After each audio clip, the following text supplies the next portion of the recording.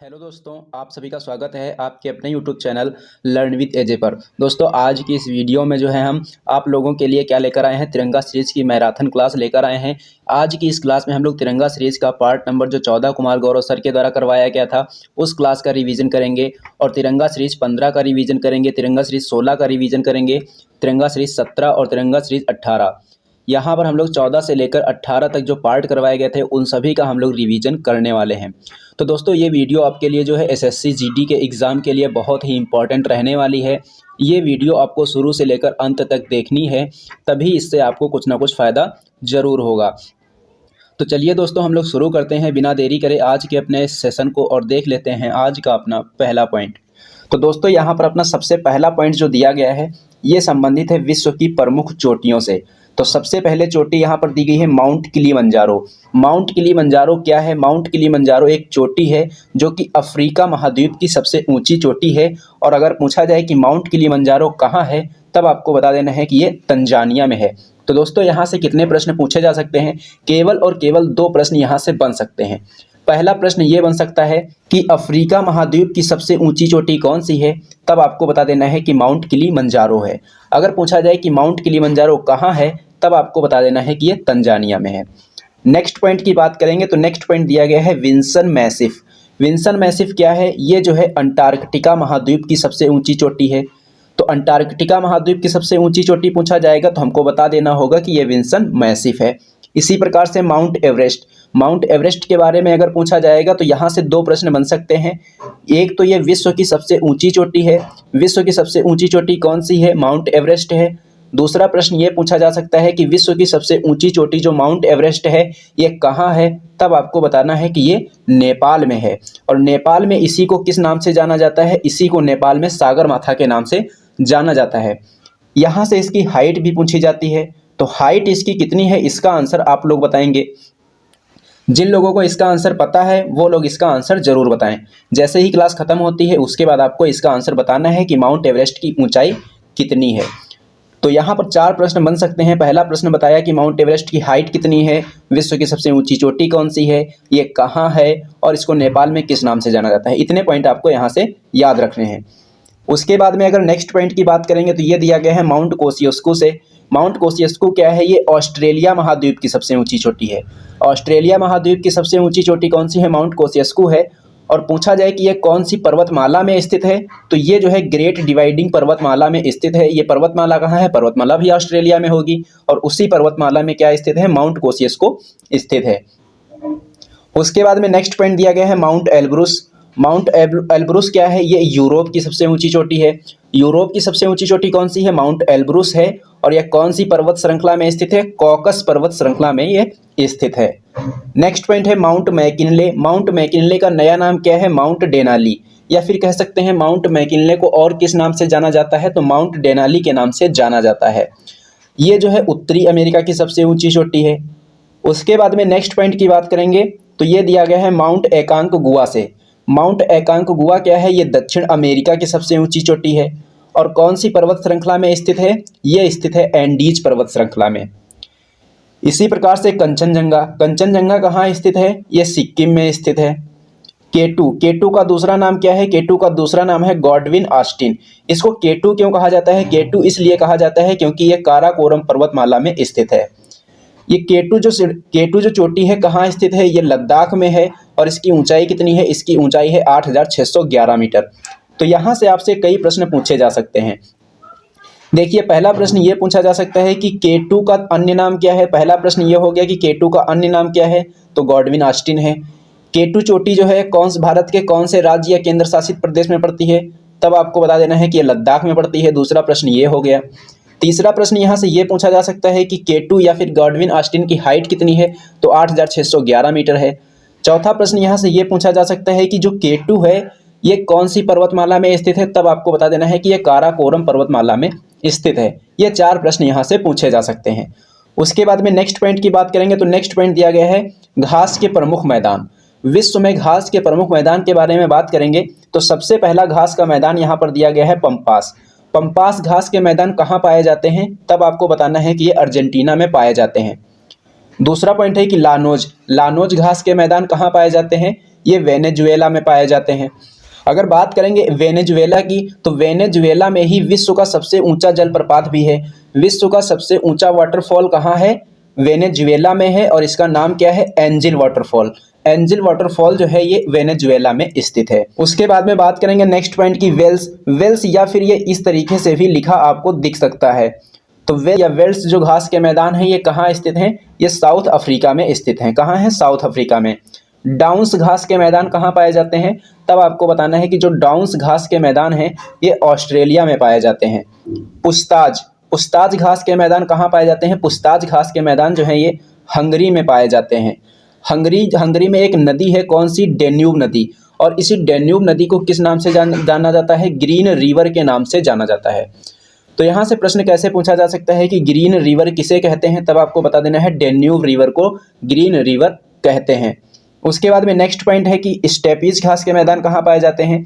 जो स्टेपीज घास के मैदान है कहाँ पाए जाते हैं? ये पाए जाते हैं यूक्रेन में। कहाँ पाए जाते हैं? यूक्रेन में। और इसी जो स्टेपीज घास के मैदान है इनको क्या कहते हैं? Bread basket of the world कहते हैं। Bread basket of the world कौन से घास के मैदान को कहा जाता है? स्टेपीज घास के मैदान को कहा जाता है। प्रेयरीज घास के मैदान कहाँ पाए जाते हैं? प्रेयरीज जो घास के मैदान हैं ये उत्तरी अमेरिका में पाए जाते हैं। उसके बाद में नेक्स्ट पॉइंट है अपना विश्व के प्रमुख मरुस्थल से संबंधित। तो पहला मरुस्थल यहाँ पर दिया गया है सहारा मरुस्थल। ये जो सहारा मरुस्थल है कौन से महाद्वीप में स्थित है? अफ्रीका महाद्वीप में स्थित है, और ये विश्व का सबसे बड़ा मरुस्थल है। तो यहाँ से दो प्रश्न बन सकते हैं। पहला प्रश्न कि विश्व का सबसे बड़ा मरुस्थल कौन सा है? तब आपको बता देना है सहारा मरुस्थल। दूसरा प्रश्न ये पूछा जा सकता है कि सहारा मरुस्थल कौन से महाद्वीप में स्थित है? तब आपको बता देना है कि ये अफ्रीका महाद्वीप में स्थित है। उसके बाद में थार का मरुस्थल। ये जो थार का मरुस्थल है भारत और पाकिस्तान के एरिया में फैला हुआ है, और अगर भारत की बात करेंगे तो भारत के राजस्थान क्षेत्र में सबसे ज़्यादा देखने को मिलता है। कौन सा मरुस्थल? थार का मरुस्थल। इसी प्रकार से नेक्स्ट पॉइंट है गिब्सन मरुस्थल। ये जो गिब्सन मरुस्थल है ये कहाँ पाया जाता है? गिब्सन मरुस्थल ऑस्ट्रेलिया में पाया जाता है। ऑस्ट्रेलिया से एक पॉइंट पूछा जाता है कि प्यासी भूमि का देश कौन से देश को कहते हैं? तो प्यासी भूमि का देश कहा जाता है ऑस्ट्रेलिया को। उसके बाद में नेक्स्ट पॉइंट की बात करेंगे ग्रेट विक्टोरियन मरुस्थल। ये जो ग्रेट विक्टोरियन मरुस्थल है, ग्रेट विक्टोरियन मरुस्थल कौन से देश में स्थित है? ऑस्ट्रेलिया में स्थित है। ऑस्ट्रेलिया की राजधानी क्या है? ऑस्ट्रेलिया की राजधानी है कैनबरा। क्या है? कैनबरा। नोट पॉइंट यहाँ पर आपको एक याद रखना है कि यूरोप महाद्वीप एकमात्र ऐसा महाद्वीप है जहाँ पर कोई भी मरुस्थल नहीं पाया जाता है। अल नहफूद मरुस्थल कौन से देश में स्थित है? ये सऊदी अरेबिया में है। कहाँ है? सऊदी अरेबिया में। उसके बाद में अल नफीद मरुस्थल हमने देखा, और इसी प्रकार से एक और मरुस्थल है रव अल खाली मरुस्थल। रव अल खाली मरुस्थल जो है ये भी सऊदी अरेबिया में है। और यहाँ से रब अल खाली मरुस्थल से संबंधित एक पॉइंट और आपसे पूछा जा सकता है, वो ये है कि विश्व का सबसे रेतीला मरुस्थल कौन सा है? तो विश्व का सबसे रेतीला मरुस्थल पूछा जाएगा तो आपको बताना है कि रब अल खाली मरुस्थल जो है ये विश्व का सबसे रेतीला मरुस्थल है। नेक्स्ट पॉइंट है कालाहारी मरुस्थल। कालाहारी जो मरुस्थल है कौन से महाद्वीप में स्थित है? अफ्रीका महाद्वीप में स्थित है। अगर देश पूछा जाएगा तो बता देंगे कि ये बोत्सवाना में स्थित है। कालाहारी मरुस्थल में एक जनजाति पाई जाती है, नाम क्या है इसका? बुशमैन जनजाति। तो यहाँ से आपसे 3 प्रश्न पूछे जा सकते हैं। बुशमैन जनजाति कहाँ पाई जाती है? कालाहारी मरुस्थल में। कालाहारी मरुस्थल कौन से महाद्वीप में है? अफ्रीका महाद्वीप में। अगर देश पूछेगा तो बोत्सवाना बता देंगे। नेक्स्ट पॉइंट है तकला मकान मरुस्थल। तकला मकान मरुस्थल कौन से देश में है? ये चीन में है। गोबी का मरुस्थल से आपको 2 प्रश्न याद रखने हैं। पहला प्रश्न ये कि ये कैसा मरुस्थल है? ठंडा मरुस्थल है। कहाँ स्थित है? चीन और मंगोलिया की सीमा पर स्थित है। ये 2 पॉइंट आपको यहाँ से याद रखने हैं। उसके बाद में अटाकामा मरुस्थल। अटाकामा जो मरुस्थल है कहाँ स्थित है? ये चिली में है। चिली कौन से महाद्वीप में स्थित है? साउथ अमेरिका का ये देश है। और ये विश्व का सबसे शुष्क मरुस्थल है। कैसा मरुस्थल है? विश्व का सबसे शुष्क मरुस्थल। दस्त ए लुत या दस्त ए कबीर, ये दोनों मरुस्थल कहाँ हैं? ये दोनों के दोनों मरुस्थल जो हैं ईरान में हैं। पेंटागोनिया का मरुस्थल कहाँ है? ये अर्जेंटीना में है। कहाँ है? अर्जेंटीना में। और ये पेंटागोनिया जो मरुस्थल है कैसा मरुस्थल है? ये एक प्रकार का ठंडा मरुस्थल है। उसके बाद में काराकुम मरुस्थल। ये जो काराकुम मरुस्थल है ये कहाँ स्थित है? ये तुर्कमेनिस्तान में स्थित है। तो ये सभी मरुस्थल आपको यहाँ से याद रखने हैं। उसके बाद में हम बात करेंगे नेक्स्ट पॉइंट की। तो नेक्स्ट पॉइंट अपना संबंधित है विश्व के प्रमुख ज्वालामुखी से। तो विश्व के प्रमुख ज्वालामुखी अब हम लोग देखने वाले हैं। सबसे पहले है कोटोपैक्सी ज्वालामुखी। कोटोपैक्सी ज्वालामुखी से संबंधित आपको दो प्रश्न याद रखने हैं। पहला ये याद रखना है कि कोटोपैक्सी जो ज्वालामुखी है कौन से देश में है, ये इक्वाडोर में है। और दूसरा पॉइंट ये याद रखना है कि विश्व का सबसे ऊंचा सक्रिय ज्वालामुखी कौन सा है, तब भी आपको बताना है कोटोपैक्सी है। उसके बाद में माउंट सिनाबुंग ज्वालामुखी, माउंट मेरापी ज्वालामुखी और माउंट सुमेरु ज्वालामुखी और माउंट क्राकातोआ ज्वालामुखी, ये 4 ज्वालामुखी हैं और चारों के चारों नाम बहुत ही इंपॉर्टेंट हैं। और ये जो चारों के चारों ज्वालामुखी हैं कौन से देश में है, इंडोनेशिया में है। कहाँ है, इंडोनेशिया में। इंडोनेशिया की राजधानी अगर पूछी जाएगी तो क्या है, इंडोनेशिया की राजधानी है जकार्ता। बात करेंगे नेक्स्ट पॉइंट की, तो नेक्स्ट दिया गया है स्ट्रोम्बोली ज्वालामुखी। ये जो स्ट्रोम्बोली ज्वालामुखी है ये भी वेरी वेरी इंपॉर्टेंट पॉइंट है, क्योंकि ये क्या है, भूमध्य सागर का प्रकाश स्तंभ इसी को कहा जाता है। भूमध्य सागर का प्रकाश स्तंभ किसे कहते हैं, स्ट्रोम्बोली ज्वालामुखी को कहते हैं। और ये कौन से द्वीप में स्थित है, तब आपको बता देना है कि ये लेपारी द्वीप में स्थित है। कौन से द्वीप में, लेपारी द्वीप में स्थित है। उसके बाद में बात करेंगे नेक्स्ट पॉइंट की, तो नेक्स्ट पॉइंट है बैरन द्वीप। ये जो बैरन द्वीप है ये भारत का एकमात्र सक्रिय ज्वालामुखी है। मोस्ट इंपॉर्टेंट पॉइंट है ये। बैरन द्वीप जो है कहाँ है, अंडमान निकोबार में है और यह भारत का एकमात्र सक्रिय ज्वालामुखी है। उसके बाद में एटना ज्वालामुखी, एटना ज्वालामुखी और इसी प्रकार से एक और ज्वालामुखी है विसुवियस ज्वालामुखी। एटना ज्वालामुखी और विसुवियस ज्वालामुखी ये दोनों कहाँ हैं, ये दोनों के दोनों इटली में है। उसके बाद में माउंट ताल, माउंट ताल ज्वालामुखी कहाँ है, ये फिलीपींस में है। कहाँ है, फिलीपींस में। देमबंद ज्वालामुखी कहाँ है, ये ईरान में है। उसके बाद में है नेक्स्ट पॉइंट फ्यूजियामा ज्वालामुखी। फ्यूजियामा ज्वालामुखी कहाँ है, ये जापान में है। माउंट पोपा, माउंट पोपा ज्वालामुखी कहाँ है, म्यांमार में है। और मौना लोवा ज्वालामुखी कहाँ है, मौना लोवा ज्वालामुखी हवाई द्वीप में है और हवाई द्वीप कहाँ है, यूएसए में है।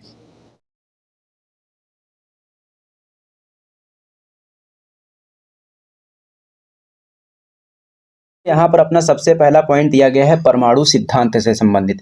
प्रश्न कैसे पूछा जाता है, यहाँ से प्रश्न इस प्रकार से पूछा जाएगा कि परमाणु सिद्धांत किसके द्वारा दिया गया था, तब आपको बता देना है कि ये जॉन डाल्टन के द्वारा दिया गया था। इलेक्ट्रॉन की खोज किसने की थी, इलेक्ट्रॉन की खोज जो है ये जे थॉमसन के द्वारा की गई थी। किसके द्वारा की गई थी, जे थॉमसन के द्वारा की गई थी। न्यूट्रॉन की खोज किसने की थी, न्यूट्रॉन की खोज जेम्स चैडविक ने की थी। और प्रोटॉन की खोज किसने की थी, प्रोटॉन की खोज जो है गोल्डस्टीन ने की थी। किसने की थी, गोल्डस्टीन ने की थी। अगर बात करेंगे इलेक्ट्रॉन की, तो इलेक्ट्रॉन पर कैसा आवेश होता है, तो इलेक्ट्रॉन पर जो है ऋण आवेश होता है, यानी कि ऋणात्मक आवेश होता है इलेक्ट्रॉन पर। और बात करेंगे न्यूट्रॉन की, तो न्यूट्रॉन पर कैसा आवेश होता है, इस पर किसी भी प्रकार का आवेश नहीं होता है, ये न्यूट्रल होता है, यानी कि ये उदासीन होता है। और बात करेंगे प्रोटॉन की, तो प्रोटॉन पर कैसा आवेश होता है, तब आपको बता देना है कि इस पर पॉजिटिव आवेश होता है, यानी कि इस पर धन आवेश होता है। तो ये सभी के सभी पॉइंट्स बहुत ही इंपॉर्टेंट हैं, आपको ये पॉइंट जरूर याद रखना है। ये साइंस के ऐसे पॉइंट्स हैं जो आपको पता ही होने चाहिए। तो चलिए दोस्तों अब देखते हैं नेक्स्ट पॉइंट। अब नेक्स्ट पॉइंट की बात करेंगे, तो नेक्स्ट पॉइंट यहाँ पर दिया गया है नाभिक पर धनावेश होता है, ये किसने बताया था। नाभिक में धनावेश होता है, ये किसने बताया था, तो ये बताया था रदरफोर्ड ने। और नाभिक में कौन कौन सी चीज़ें पाई जाती हैं, तो इसमें प्रोटॉन और न्यूट्रॉन पाए जाते हैं। जैसे एक परमाणु की संरचना हम ये मान लें और इसका नाभिक हमने माना ये, तो इस नाभिक में क्या होता है, इस नाभिक में होता है प्रोटॉन और न्यूट्रॉन। और जो इलेक्ट्रॉन होते हैं वह इसके चारों ओर जो कक्षाएं होती हैं, सेल्स होती हैं, उनमें ये चक्कर लगाते रहते हैं। उसके बाद में नेक्स्ट पॉइंट की बात करेंगे, तो नेक्स्ट पॉइंट यहाँ पर दिया गया है समस्थानिक से, संभारिक से और समन्यूट्रॉनिक से।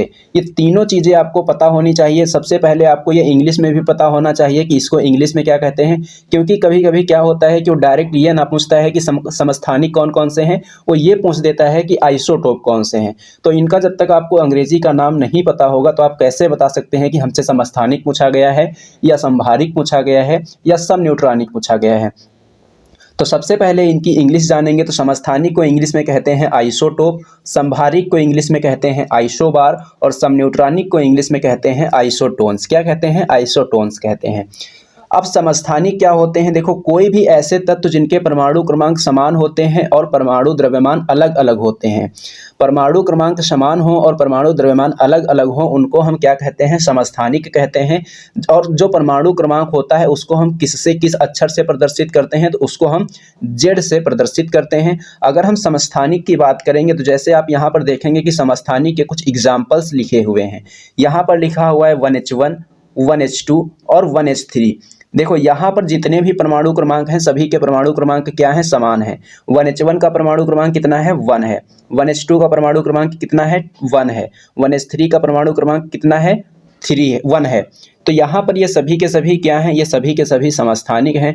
1H1 का नाम होता है प्रोटियम और 1H2 का नाम होता है ड्यूटेरियम और 1H3 का नाम होता है ट्राइटियम। ये तीनों नाम भी आपसे पूछे जाते हैं कि 1H1 का नाम क्या होता है, तो प्रोटियम होता है। 1H2 का नाम क्या होता है, ड्यूटेरियम होता है। 1H3 का नाम क्या होता है, ट्राइटियम होता है। इसी प्रकार से कुछ कार्बन के समस्थानिक लिखे हुए हैं, जैसे कि 6C12, 6C13, 6C14। ये सभी के सभी क्या हैं, समस्थानिक हैं। जैसा कि आप लोग यहाँ पर देखेंगे कि ये जो 6C12 लिखा है इसका परमाणु क्रमांक कितना है, 6 है। 6C13 लिखा है इसका परमाणु क्रमांक कितना है, 6 है। और 6C जो 14 लिखा है इसका परमाणु क्रमांक कितना है, 6 है। तो ऐसे तत्व जिनके परमाणु क्रमांक समान होते हैं उनको हम क्या कहते हैं, समस्थानिक कहते हैं। लेकिन जो समस्थानिक होते हैं उनके परमाणु अलग अलग होते हैं। जैसा कि आप लोग देखेंगे कि यहाँ इसका परमाणु क्रमांक 1 है, इसका 2 है, इसका 3 है, इसका परमाणु भार 12 है, इसका परमाणु भार 13 है, इसका परमाणु भार 14 है। तो परमाणु भार तो अलग अलग होते हैं लेकिन परमाणु क्रमांक सेम होते हैं। तो आशा करता हूं कि ये पॉइंट आपको बहुत ही अच्छे से समझ में आ गया होगा। उसके बाद में बात करेंगे संभारिक की। संभारिक को इंग्लिश में क्या कहते हैं, इसको हमने बता दिया है कि आइसोबार कहते हैं। और जो परमाणु द्रव्यमान होते हैं अगर ये समान है, परमाणु द्रव्यमान अगर समान है तो उसको हम क्या कहते हैं, उसको हम कहते हैं संभारिक। और परमाणु द्रव्यमान को हम कौन से लेटर से प्रदर्शित करते हैं, तो ए से प्रदर्शित करते हैं। अब हम देखेंगे संभारिक के कुछ एग्जाम्पल्स। तो जैसे आप लोग यहाँ पर देखेंगे कि संभारिक के कुछ एग्जाम्पल्स लिखे हैं, जैसे कि यहाँ पर लिखा है पहला एलिमेंट आर्गन लिखा है, दूसरा लिखा है पोटेशियम और तीसरा लिखा है कैल्शियम। तो जैसा कि आप लोग यहाँ पर देखेंगे कि इनके परमाणु क्रमांक क्या है, अलग अलग हैं। इसका 18 है, इसका 19 है, इसका 20 है। लेकिन अगर हम परमाणु भार की बात करेंगे तो तीनों तत्व ऐसे हैं जिनके परमाणु भार समान है।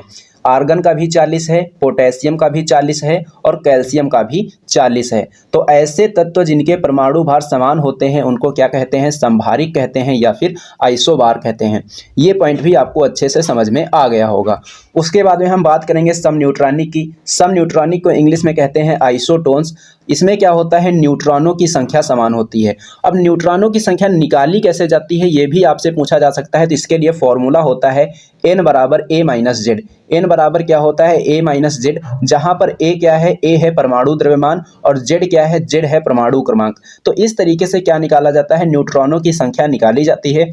उसके बाद में अगर हम बात करेंगे समन्यूट्रॉनिक के एग्जाम्पल्स की, तो समन्यूट्रॉनिक के कुछ एग्जाम्पल्स यहाँ पर लिखे हुए हैं।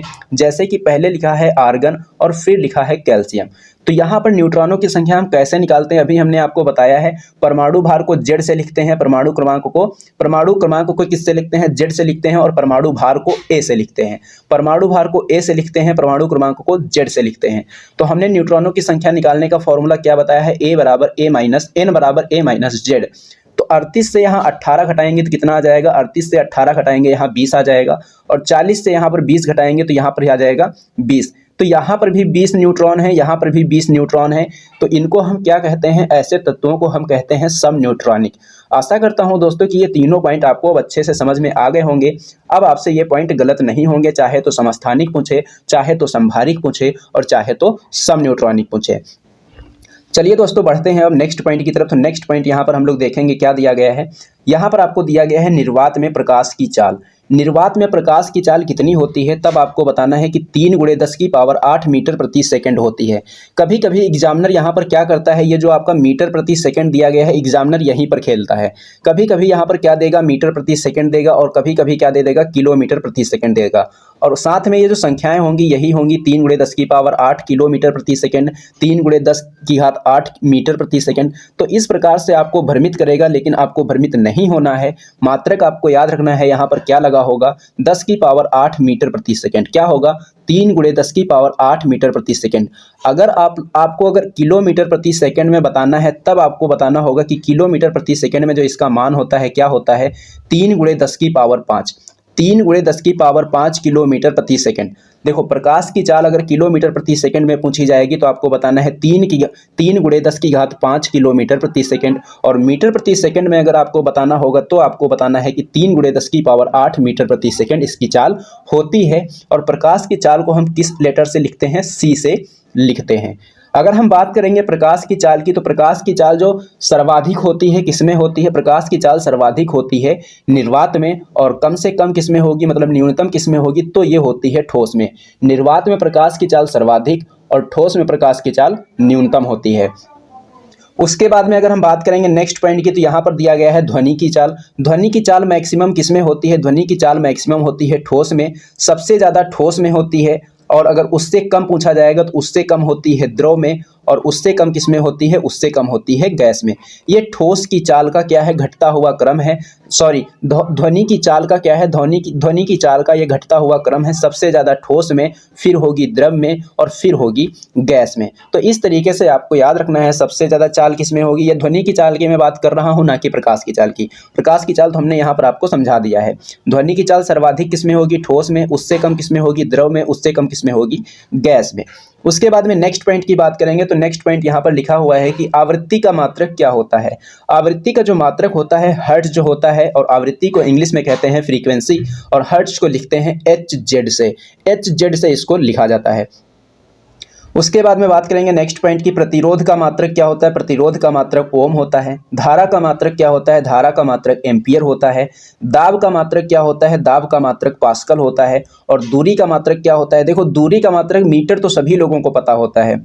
दूरी का मात्रक मीटर तो बच्चे को पता होगा, छोटे बच्चे से पूछ दो वो भी बता देगा कि दूरी का मात्रक क्या होता है, मीटर होता है।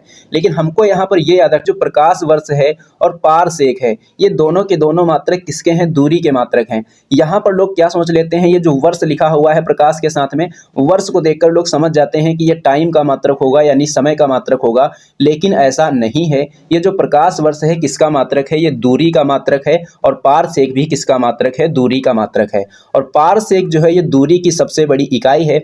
प्रश्न यहाँ से ये भी पूछा जा चुका है कि दूरी की सबसे बड़ी इकाई कौन सी होती है, तब आपको बता देना है कि पारसेक होती है। अब मेरा यहाँ पर आपसे एक क्वेश्चन है कि जो पारसेक है और प्रकाश वर्ष है, इन दोनों में संबंध क्या होता है कि एक पारसेक बराबर कितना लाइट ईयर होता है, या फिर एक लाइट ईयर बराबर कितना पारसेक होता है। जो भी आपको यहाँ पर सही लगे उसका आंसर आपको कमेंट करके बताना है। और आपको यहाँ पर यह भी बताना है कि एक पारसेक का मान कितना होता है और एक लाइट ईयर का मान कितना होता है। फिर आपको बताना है कि एक प्रकाश वर्ष और एक प्रकाश वर्ष और एक पारसेक में संबंध क्या होता है। तो ये प्रश्न आपको इसका आंसर कमेंट करके बताना है। जैसे ही क्लास खत्म होती है उसके बाद में इसका आंसर आप लोगों को जरूर बताना है। उसके बाद में बात करेंगे हम नेक्स्ट पॉइंट की, तो नेक्स्ट पॉइंट यहाँ पर लिखा हुआ है सिरका। सिरका का फॉर्मूला क्या होता है? CH3COOH होता है, और इसको हम एसिटिक एसिड भी कहते हैं। क्या कहते हैं? एसिटिक एसिड भी कहते हैं। और शुष्क बर्फ का फॉर्मूला क्या होता है? ठोस कार्बन डाइऑक्साइड जो होता है उसको हम किस नाम से जानते हैं? शुष्क बर्फ के नाम से जानते हैं। खाने का सोडा का सूत्र क्या होता है? NaHCO3, सोडियम बाइकार्बोनेट इसको कहा जाता है। और यही जो फॉर्मूला होता है किसका होता है? खाने का जो सोडा है उसी का यह फॉर्मूला है। मिल्क ऑफ मैग्नीशिया को हम लोग एंटा एसिड के नाम से भी जानते हैं, यह भी आपको याद रखना है। इसको हम लोग एंटा एसिड के नाम से भी जानते हैं, और इसका जो फॉर्मूला होता है MgOH का होल ट्वाइस होता है। अब आपको यहाँ से एक और क्वेश्चन का आंसर बताना है कि जो मिल्क ऑफ मैग्नीशिया है इसका pH मान कितना होता है। मिल्क ऑफ मैग्नीशिया का pH मान कितना होता है, इसका आंसर आप लोग कमेंट करके जरूर बताना। उसके बाद में नेक्स्ट पॉइंट की बात करेंगे, तो नेक्स्ट पॉइंट लिखा हुआ है वाशिंग सोडा का सूत्र क्या होता है? Na2CO3 डॉट 10H2O जो है वह इसका फॉर्मूला होता है। भारी जल का फॉर्मूला क्या होता है? भारी जल का फॉर्मूला होता है D2O। क्या होता है? D2O होता है। उसके बाद में बात करेंगे हम नेक्स्ट पॉइंट की, तो नेक्स्ट पॉइंट यहाँ पर दिया हुआ है कि फलों के परिरक्षण में किस रसायन का उपयोग किया जाता है। फलों के परिरक्षण में किस रसायन का उपयोग किया जाता है, तब आपको बता देना है सोडियम बेंजोएट का उपयोग किया जाता है। हंसाने वाली गैस कौन सी है? हंसाने वाली गैस का नाम है नाइट्रस ऑक्साइड। अब यहाँ से मैं आपको एक प्रश्न और दे रहा हूँ, कुल मिलाकर 4 प्रश्न अभी तक मैं आपको दे चुका हूँ। और अब ये जो प्रश्न है नाइट्रस ऑक्साइड का सूत्र क्या होता है, इसका आंसर आप लोग कमेंट करके जरूर बताना। अम्लीय वर्षा किसके कारण होती है? सल्फ्यूरिक अम्ल और नाइट्रिक अम्ल के कारण क्या होती है? अम्लीय वर्षा होती है। फार्मिक अम्ल कहाँ पाया जाता है? ये इस प्रकार से क्वेश्चन नहीं पूछा जाता है कि फार्मिक अम्ल कहाँ पाया जाता है। क्वेश्चन यहाँ से इस प्रकार पूछा जाएगा कि जो लाल चींटी होती है, लाल चींटी के डंक में कौन सा अम्ल पाया जाता है, तब आपको बताना है कि इसमें फार्मिक अम्ल पाया जाता है। इसी प्रकार से नेक्स्ट क्वेश्चन पूछा जा सकता है कि खट्टे फलों में कौन सा अम्ल पाया जाता है, तब आपको बता देना है सिट्रिक अम्ल पाया जाता है। यहाँ से आपसे प्रश्न ऐसे भी पूछा जा सकता है कि नींबू या संतरे में कौन सा अम्ल पाया जाता है, तब आपको बताना है सिट्रिक अम्ल, क्योंकि नींबू और संतरे कैसे फल हैं, खट्टे फल हैं, और खट्टे फलों में कौन सा अम्ल होता है, सिट्रिक अम्ल होता है। दूध में कौन सा अम्ल पाया जाता है, देखो दूध पूछे या दही पूछे, दोनों में कौन सा अम्ल पाया जाता है, लैक्टिक अम्ल पाया जाता है। उसके बाद में सेब में कौन सा अम्ल पाया जाता है, तब आपको बताना है कि सेब में जो है मैलिक अम्ल पाया जाता है। कौन सा अम्ल पाया जाता है, मैलिक अम्ल। पेट में कौन सा अम्ल पाया जाता है, पेट में पाया जाता है हाइड्रोक्लोरिक अम्ल। पेट में कौन सा अम्ल पाया जाता है, हाइड्रोक्लोरिक अम्ल पाया जाता है। उसके बाद में हम बात करेंगे नेक्स्ट पॉइंट की, तो नेक्स्ट पॉइंट यहाँ पर दिया गया है कि टमाटर में कौन सा अम्ल पाया जाता है, टमाटर में पाया जाता है ऑक्जेलिक अम्ल। कौन सा अम्ल, ऑक्जेलिक अम्ल। नेक्स्ट पॉइंट की बात करेंगे तो नेक्स्ट पॉइंट में यहाँ पर लिखा हुआ है कुछ महत्वपूर्ण परमाणु रिएक्टर, नाभिकीय रिएक्टर, और ये कौन से राज्य में स्थित हैं। तो सबसे पहले दिया गया है कैगा परमाणु संयंत्र कहाँ है, ये कर्नाटक में है। कल्पक्कम परमाणु ऊर्जा संयंत्र और कुडनकुलम परमाणु ऊर्जा संयंत्र ये कहाँ है, ये तमिलनाडु में है। नरौरा परमाणु ऊर्जा संयंत्र कहाँ है, उत्तर प्रदेश में है। तारापुर परमाणु ऊर्जा संयंत्र कहाँ है, ये महाराष्ट्र में है। ये सभी के सभी फैक्ट हैं, ये आपको रट लेने हैं अच्छे से। उसके बाद में नेक्स्ट पॉइंट दिया गया है सूर्य की ऊर्जा का स्रोत क्या है। सूर्य की ऊर्जा का स्रोत क्या है, या फिर सूर्य पर कौन सी अभिक्रिया होती है, तो ये होती है नाभिकीय संलयन की अभिक्रिया।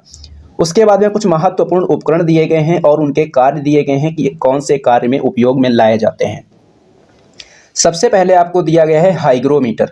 हाइग्रोमीटर से क्या किया जाता है, आर्द्रता को मापा जाता है। आर्द्रता क्या होती है, वायु में उपस्थित जो नमी होती है उसी को हम आर्द्रता कहते हैं। वायु में उपस्थित नमी को नापने के लिए क्या करते हैं, हाइग्रोमीटर का इस्तेमाल किया जाता है। पायरोमीटर से क्या करते हैं, पायरोमीटर से उच्च तापमान को मापा जाता है। बैरोमीटर से क्या करते हैं, बैरोमीटर से दाब को मापते हैं। फेदोमीटर से क्या करते हैं, फेदोमीटर से समुद्र की गहराई को मापते हैं। और अल्टीमीटर से क्या मापते हैं, अल्टीमीटर से विमान की ऊंचाई, कि विमान कितनी ऊंचाई पर उड़ रहा है उससे क्या करते हैं, अल्टीमीटर से उसकी ऊंचाई मापी जाती है। स्फिग्मोमैनोमीटर से क्या मापा जाता है, ब्लड प्रेशर यानी कि रक्त दाब को मापा जाता है। उसके बाद में नेक्स्ट पॉइंट की बात करेंगे तो नेक्स्ट पॉइंट दिया गया है मरीचिका।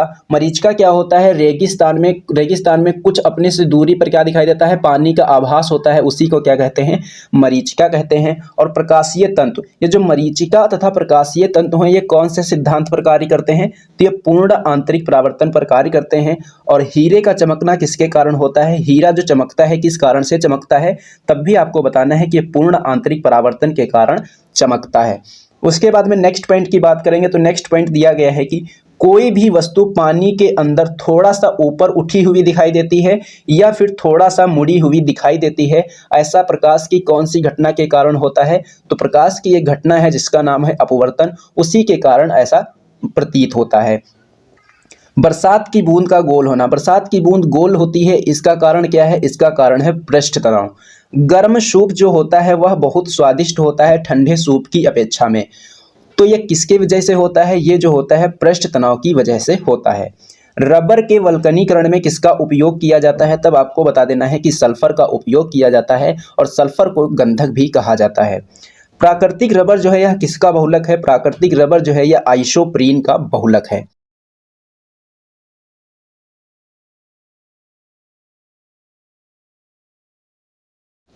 तो दोस्तों यहाँ पर अपना जो सबसे पहला पॉइंट दिया गया है इसमें कुछ आपके सामने पादप हार्मोन्स लिखे हुए हैं।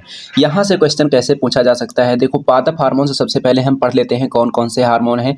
Auxin hormone, gibberellin hormone, ethylene hormone और एब्सिसिक हार्मोन। ये जो चारों हार्मोन हैं कौन से हार्मोन हैं, प्लांट हार्मोन्स हैं, यानी कि पादप हार्मोन्स हैं। अब यहाँ से जो प्रश्न पूछा जाता है वो ये पूछा जाएगा, आपको 4 ऑप्शन दिए जाएंगे और उनमें से 3 ऑप्शंस ऐसे होंगे जो कि पादप हार्मोन होंगे, और चौथा ऑप्शन या कोई ऑप्शन एक ऐसा होगा जो पादप हार्मोन नहीं होगा, कोई और हार्मोन होगा। और वहाँ से आपसे प्रश्न पूछा जाएगा कि निम्नलिखित में से कौन सा हार्मोन पादप हार्मोन नहीं है। तो अगर आप लोग ये 4 हार्मोन याद रख लेते हैं तो आप आसानी से बता सकते हैं कि कौन सा हार्मोन पादप हार्मोन नहीं है। तो ये पादप हार्मोन आपको चारों याद रख लेने लेने हैं। उसके बाद में हम बात करेंगे इनके बारे में इंपॉर्टेंट पॉइंट की। तो सबसे पहला पॉइंट यहाँ पर दिया गया है कि फलों को पकाने में कौन से हार्मोन को प्रयुक्त किया जाता है। फलों को पकाने में कौन से हार्मोन का उपयोग किया जाता है, तो ये होता है एथिलीन हार्मोन। और पादपों के लिए जो वृद्धि रोधक हार्मोन होता है, कौन सा हार्मोन होता है, ये होता है एब्सिसिक हार्मोन। तो ये दोनों पॉइंट भी आपको यहाँ से याद रख लेने हैं। उसके बाद में यहाँ पर दो नाम लिखे हुए हैं, एक नाम लिखा हुआ है जाइलम और एक नाम लिखा हुआ है फ्लोएम। ये जाइलम और फ्लोएम क्या है, ये एक प्रकार के ऊतक हैं। अगर आपसे पूछा जाए कौन से ऊतक हैं, तब आपको बता देना है कि ये पादप ऊतक हैं। अब ये किसी ना किसी चीज़ में मदद करते होंगे। तो जैसे पहला पॉइंट यहाँ पर दिया गया है कि पौधों में जल का जो संवहन होता है वह कौन से ऊतक के माध्यम से होता है, तो ये होता है जाइलम ऊतक के माध्यम से। जड़ों के द्वारा क्या किया जाता है, जड़ों के माध्यम से जाइलम ऊतक के द्वारा पूरे पौधे के भाग में जल का संवहन किया जाता है। और ये जो संवहन होता है ऊर्ध्वाधर होता है, यानी कि नीचे से ऊपर की ओर होता है। उसके बाद में नेक्स्ट पॉइंट है कि पौधों में भोज्य पदार्थों का संवहन कौन से ऊतक के माध्यम से होता है, तो ये होता है फ्लोएम ऊतक के माध्यम से।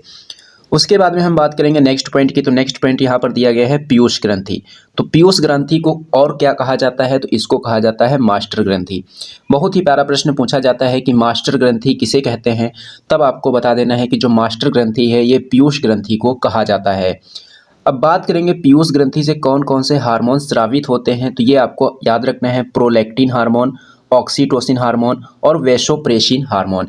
ये जो तीनों हार्मोन हैं किससे स्रावित होते हैं, पीयूष ग्रंथि से स्रावित होते हैं। अब यहाँ से जो क्वेश्चन पूछे जाते हैं और क्या पूछा जा सकता है, दुग्ध निर्माण हार्मोन कौन सा होता है। दुग्ध निर्माण जो हार्मोन होता है कौन सा हार्मोन होता है, प्रोलैक्टिन हार्मोन होता है। दुग्ध निष्कासन हार्मोन या प्रसव पीड़ा के दौरान जो उत्पन्न स्रावित होने वाला जो हार्मोन है कौन सा हार्मोन है, ऑक्सीटोसिन हार्मोन है।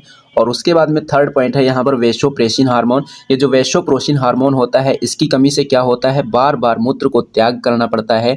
और इस बीमारी को किस नाम से जाना जाता है, डायबिटीज इंसिपिडस के नाम से जाना जाता है। तो ये पॉइंट भी यहाँ से आपको थोड़ा सा याद रख लेने हैं। उसके बाद में हम बात करेंगे रक्त के बारे में। तो रक्त के बारे में कुछ यहाँ पर 4-5 पॉइंट लिख रखे हैं, इन सबको हम लोग देखने वाले हैं। तो पहला प्रश्न यहाँ से पूछा जाता है कि रक्त का पीएच मान कितना होता है, तब आपको बताना है कि रक्त का पीएच मान होता है 7.4। 7.4 का मतलब है कि ये क्या होगा, हल्का क्षारीय होगा। क्योंकि 7 पर क्या होता है, 7 पर कोई भी चीज़ उदासीन होती है और 7 से कम होने पर क्या होती है, वह अम्लीय हो जाती है। और 7 से जितना ज़्यादा मान होगा उतना ही ज़्यादा क्या होगा, क्षारीय होगा। 7 से जितना ज़्यादा कम वही होगा अम्लीय, और 7 से जितना ज़्यादा अधिक वही होगा क्षारीय। यानी कि जैसे कि आप लोग पढ़ते हैं कि अम्ल कितने प्रकार के होते हैं, 2 प्रकार के, दुर्बल अम्ल और क्या होता है, दुर्बल अम्ल और प्रबल अम्ल। इसी प्रकार से क्षार होते हैं, दुर्बल क्षार और प्रबल क्षार। तो दुर्बल क्षार और प्रबल क्षार किस प्रकार से पहचानते हैं, उनके पीएच मान के अकॉर्डिंग उनको पहचाना जाता है। उसके बाद में रक्त के बारे में दूसरा पॉइंट लिखा है कि रक्त एक प्रकार का ऊतक है। और यहाँ से पूछा जाता है कि रक्त किस प्रकार का ऊतक है, तो आपको बता देना है कि रक्त जो है एक तरल संयोजी ऊतक है। कैसा ऊतक है, तरल संयोजी ऊतक है। तीसरा पॉइंट यहाँ से पूछा जाता है कि रक्त परिसंचरण तंत्र की खोज किसके द्वारा की गई थी, तब आपको बताना है कि रक्त परिसंचरण तंत्र की खोज विलियम हार्वे के द्वारा की गई थी। सर्वग्राही रक्त समूह कौन सा होता है, सर्वग्राही का मतलब है ऐसे रक्त समूह वाला व्यक्ति जो सभी प्रकार के रक्त समूह को ले सकता है, उसे कहते हैं सर्वग्राही रक्त समूह। और सर्वग्राही रक्त समूह कौन सा होता है, AB पॉजिटिव होता है। ग्राही है मतलब ये ले रहा है, तो लेने वाला किस में जाएगा, प्लस वाले में। दाता है मतलब ये देने वाला है, तो देने वाला किस में जाएगा, माइनस में जाएगा। और यहाँ से पूछा जाता है कि सर्वदाता रक्त समूह कौन सा है, तो सर्वदाता जो रक्त समूह है ये O निगेटिव है। सर्वदाता का मतलब है कि ये सभी ब्लड ग्रुप वाले व्यक्तियों को ये अपना रक्त दे सकता है, फिर वो चाहे कोई भी ब्लड ग्रुप वाला व्यक्ति हो। उसके बाद में नेक्स्ट पॉइंट की बात करेंगे। तो नेक्स्ट पॉइंट यहाँ पर दिया गया है कुछ महत्वपूर्ण आनुवांशिक रोग। सबसे पहला रोग दिया गया है हीमोफीलिया। हीमोफीलिया कैसा रोग है, आनुवांशिक रोग है। कलर ब्लाइंडनेस कैसा रोग है, आनुवांशिक रोग है। पटाऊ सिंड्रोम कैसा रोग है, पटाऊ सिंड्रोम जो है ये आनुवांशिक रोग है। यहाँ से प्रश्न किस प्रकार से पूछा जा सकता है, आपको 4 ऑप्शन दिए जाएंगे और उनमें से 3 ऑप्शन ये वाले हो सकते हैं और एक चौथा ऑप्शन कोई भी हो सकता है। और आपसे पूछा जाएगा कि निम्नलिखित में से कौन सा रोग आनुवांशिक रोग नहीं है। तो अगर आप लोगों को ये पता है कि हीमोफीलिया आनुवांशिक रोग है, कलर ब्लाइंडनेस आनुवांशिक रोग है और पटाऊ सिंड्रोम आनुवांशिक रोग है, तो आप आसानी से बता सकते हैं कि निम्नलिखित में से कौन सा आनुवांशिक रोग नहीं है। अब बात करेंगे हीमोफीलिया की, तो हीमोफीलिया को और किस नाम से जाना जाता है, तो इसको शाही रोग के नाम से भी जाना जाता है। कलर ब्लाइंडनेस क्या होता है, कलर ब्लाइंडनेस जो होता है इसमें जो आरजीबी कलर होते हैं, रेड ग्रीन ब्लू, इनमें जो व्यक्ति विभेद नहीं कर पाता है उसको क्या होता है, कलर ब्लाइंडनेस होता है। पटाऊ सिंड्रोम कैसे होता है, जो पटाऊ सिंड्रोम है ये 13वें गुणसूत्र की ट्रायोसोमी से होता है। किससे होता है, 13वें गुणसूत्र की ट्रायोसोमी से होता है। इसी प्रकार से एक सिंड्रोम होता है डाउन सिंड्रोम। ये जो डाउन सिंड्रोम होता है ये किसकी ट्रायोसोमी से होता है, तो ये होता है 21वें गुणसूत्र की ट्रायोसोमी से। पटाऊ सिंड्रोम 13वें गुणसूत्र की ट्रायोसोमी के कारण होता है और डाउन सिंड्रोम 21वें गुणसूत्र की ट्रायोसोमी से होता है।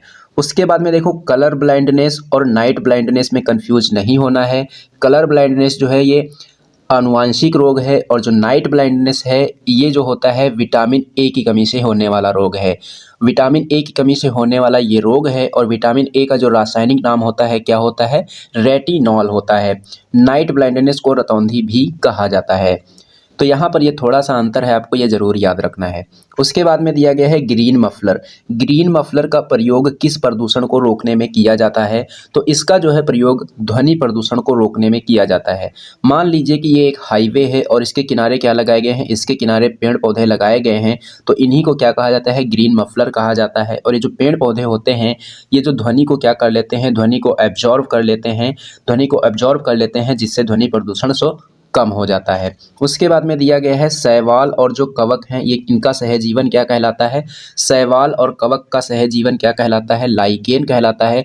और ये जो लाइकेन होता है किसका सूचक होता है, वायु प्रदूषण का सूचक होता है लाइकेन। ये किस प्रकार से सूचक होता है, देखो जहाँ पर लाइकेन की मात्रा ज़्यादा पाई जाती होगी वहाँ पर हम कह सकते हैं कि वहाँ पर वायु प्रदूषण कम है, और जहाँ पर लाइकेन की मात्रा कम है वहाँ पर हम कहेंगे कि वायु प्रदूषण बहुत अधिक है। तो इस तरीके से क्या कहा जाता है कि जो लाइकेन है ये वायु प्रदूषण का सूचक है। उसके बाद में नेक्स्ट पॉइंट लिखा है कि वन्य जीव संरक्षण अधिनियम कब आया था, तो वन्य जीव संरक्षण अधिनियम आया था वर्ष 1972 यानी कि 1972 में। पर्यावरण संरक्षण अधिनियम कौन से वर्ष में लाया गया था, तो ये 1986 में लाया गया। स्टॉकहोम सम्मेलन कब हुआ था, 1972 में हुआ था। और इसी के बाद में ये वन्य जीव संरक्षण अधिनियम और टाइगर प्रोजेक्ट को लॉन्च किया गया। टाइगर प्रोजेक्ट कब लॉन्च किया गया था, 1973 में। तो ये चारों डेट आपको यहाँ से याद रखनी है। तो दोस्तों अभी तक हमने तिरंगा सीरीज का 16 नंबर पार्ट कर लिया है। अब हम देखेंगे तिरंगा सीरीज का पार्ट नंबर 17। तो इसमें दिया गया है कि दूरी मापने की सबसे बड़ी इकाई कौन सी है, तो दूरी मापने की जो सबसे बड़ी इकाई है ये पारसेक है। और एक पारसेक बराबर कितना होता है, एक पारसेक बराबर 3.26 प्रकाश वर्ष होता है, या फिर कह सकते हैं कि 3.08 × 10⁻16 मीटर होता है। तो ये जो डाटा दिया गया है ये आपको जरूर याद रखना है, ये आपसे एग्जाम में पूछा जा सकता है। उसके बाद में दिया गया है कि एक प्रकाश वर्ष बराबर कितना होता है, एक प्रकाश वर्ष बराबर होता है 9.46 × 10⁻15 मीटर। 9.46 × 10⁻15 मीटर क्या होता है, एक प्रकाश वर्ष होता है। पूछा जाता है कि प्रकाश वर्ष किसका मात्रक होता है, तब आपको बता देना है कि जो प्रकाश वर्ष होता है ये दूरी का मात्रक होता है। किसका मात्रक होता है, दूरी का मात्रक होता है। यहाँ पर गलती क्या हो जाती है, गलती यहाँ पर ये हो जाती है कि लोग वर्ष को देखकर क्या समझ लेते हैं, वर्ष को देखकर समझ लेते हैं कि ये टाइम का मात्रक होगा, लेकिन ये टाइम का मात्रक नहीं है। ये किसका मात्रक है, ये दूरी का मात्रक है। उसके बाद में यहाँ पर कुछ भौतिक राशियाँ दी गई हैं और उनके एसआई मात्रक दिए गए हैं। सबसे पहले दिया गया है कि लंबाई का एसआई मात्रक क्या होता है, मीटर होता है, और इसको स्मॉल एम से लिखा जाता है। द्रव्यमान का मात्रक क्या होता है, किलोग्राम होता है, और इसको स्मॉल केजी से लिखते हैं। समय का मात्रक सेकंड होता है और इसको स्मॉल एस से लिखा जाता है। ताप का मात्रक केल्विन होता है, केल्विन को कैपिटल के से निरूपित करते हैं। विद्युत धारा का मात्रक एम्पियर होता है, एम्पियर को कैपिटल ए से निरूपित करते हैं। ज्योति तीव्रता का मात्रक कैंडेला होता है, कैंडेला को CD से डिनोट करते हैं। पदार्थ का परिमाण जो होता है उसका मात्रक क्या होता है, इसका मात्रक होता है मोल, इसको MOL से लिखा जाता है। तो ये 7 मूल मात्रक होते हैं, 7 मूल मात्रक हैं, ये जरूर आपको यहाँ से याद रखने हैं। उसके बाद में नेक्स्ट पॉइंट दिया गया है कि आवेश का मात्रक क्या होता है, तो आवेश का मात्रक होता है कूलॉम। क्या होता है, कूलॉम होता है। अब यहाँ पर कुछ महत्वपूर्ण अनुप्रयोग दिए गए हैं, जैसे न्यूटन के पहले नियम का अनुप्रयोग यहाँ पर दिया गया है कि चलती हुई मोटर कार के अचानक रुकने पर उसमें बैठे यात्री आगे की ओर झुक जाते हैं। यह न्यूटन के किस नियम का उदाहरण है? तो यह न्यूटन के पहले नियम का उदाहरण है और न्यूटन के पहले नियम को जड़त्व का नियम भी कहा जाता है। ये भी पॉइंट आपको यहाँ से थोड़ा सा याद रख लेना है। उसके बाद में नेक्स्ट पॉइंट है कि बंदूक से गोली चलाने पर पीछे की ओर धक्का लगना तथा रॉकेट का उड़ना न्यूटन के किस नियम का उदाहरण है? तो ये न्यूटन के तीसरे नियम का उदाहरण है और न्यूटन के तीसरा जो नियम है ये क्रिया प्रतिक्रिया का नियम भी कहा जाता है। उसके बाद में हम बात करेंगे नेक्स्ट पॉइंट की। तो नेक्स्ट पॉइंट दिया गया है कि न्यूटन का दूसरा नियम क्या कहता है? न्यूटन का दूसरा नियम जो है ये बल का व्यंजक प्राप्त होता है। न्यूटन के दूसरे नियम से किसका व्यंजक प्राप्त होता है? बल का व्यंजक प्राप्त होता है। और बल क्या होता है? बल होता है F बराबर ma, यानी कि बल बराबर द्रव्यमान गुणा त्वरण। एफ बल का एस आई मात्रक क्या होता है? बल का एस आई मात्रक होता है न्यूटन। क्या होता है? न्यूटन। और अगर दूसरा मात्रक पूछा जाएगा कि बल का एक मात्रक और बताइए, तब आपको बता देना है, देखो द्रव्यमान का मात्रक होता है किलोग्राम और त्वरण का मात्रक होता है मीटर प्रति सेकंड स्क्वायर। तब आप लोग बता सकते हैं कि बल का मात्रक क्या होता है? किलोग्राम मीटर प्रति सेकंड स्क्वायर भी होता है। उसके बाद में दिया गया है कि कपड़ा सुखाने की मशीन और दूध से मक्खन निकालने की मशीन एक कौन से सिद्धांत पर कार्य करती हैं? तो ये जो है अपकेंद्रीय बल के सिद्धांत पर कार्य करती हैं। अपकेंद्रीय बल को इंग्लिश में कहा जाता है सेंट्रीफ्यूगल फोर्स। इसका इंग्लिश वर्ड भी आपको याद रखना है। उसके बाद में हम बात करेंगे नेक्स्ट पॉइंट की। तो एक अश्व शक्ति बराबर कितना होता है? एक अश्व शक्ति बराबर होता है 746 वाट। वाट किसका मात्रक है? वाट जो है ये पावर का मात्रक होता है, यानी कि शक्ति का मात्रक होता है। पृथ्वी का गुरुत्वीय त्वरण यानी कि स्मॉल जी का मान कितना होता है? स्मॉल जी का मान होता है 9.8 मीटर प्रति सेकंड स्क्वायर। अब यहाँ से मेरा एक क्वेश्चन है कि कैपिटल जी का मान क्या होता है, जिसको हम सार्वत्रिक गुरुत्वाकर्षण नियतांक कहते हैं, इसका मान क्या होता है? इसका आंसर आप लोग कमेंट करके जरूर बताना। अगर हम बात करेंगे स्मॉल जी की, तो स्मॉल जी के मान में परिवर्तन किस तरीके से हमको देखने को मिलता है? जैसे इस लाइन को हम पृथ्वी की सतह माने और पृथ्वी की सतह से जब हम ऊपर जाएंगे तो जी के मान में परिवर्तन क्या होगा? जी का मान कम होगा। और पृथ्वी की सतह से अगर हम नीचे आएंगे तो जी का मान क्या होगा? जी का मान कम होगा। ये जो स्मॉल जी है इसका मान अधिकतम कहाँ पर होता है? तो अधिकतम इसका मान होता है ध्रुवों पर। स्मॉल जी का मान सर्वाधिक कहाँ पर होगा? स्मॉल जी का मान जो सर्वाधिक होता है ये ध्रुवों पर होता है। ये पॉइंट भी थोड़ा सा आपको यहाँ से याद रखने की ज़रूरत है। उसके बाद में नेक्स्ट पॉइंट दिया गया है कि ग्रहों की गति से संबंधित नियम किसने दिए थे? तो ये जो नियम है केपलर के द्वारा दिए गए थे। कितने नियम दिए गए थे? 3 नियम दिए गए थे। अब उसके बाद में कुछ महत्वपूर्ण उपकरण दिए गए हैं और उनका कार्य। ध्वनि ऊर्जा को विद्युत ऊर्जा में कौन परिवर्तित करता है? तब आपको बताना है माइक्रोफोन। विद्युत ऊर्जा को ध्वनि ऊर्जा में कौन परिवर्तित करता है? तब आपको बता देना है लाउड स्पीकर। यांत्रिक ऊर्जा को विद्युत ऊर्जा में कौन बदलता है? विद्युत जनित्र या फिर डायनमो कह सकते हैं। और विद्युत ऊर्जा को यांत्रिक ऊर्जा में कौन बदलता है? तो ये बदलता है विद्युत मोटर। विद्युत ऊर्जा को प्रकाश ऊर्जा में कौन बदलता है? बल्ब हो गया, ट्यूबलाइट हो गया, जो भी प्रकाश देने वाली चीज़ें हैं वो क्या करती हैं? विद्युत ऊर्जा को प्रकाश ऊर्जा में बदलती हैं। उसके बाद में नेक्स्ट पॉइंट यहाँ पर दिया गया है कि भूस्थायी कक्षा जो है वह कितनी ऊंचाई पर स्थित होती है? तो आपको बताना है कि भूस्थायी जो कक्षा है ये 36,000 किलोमीटर की ऊंचाई पर स्थित होती है।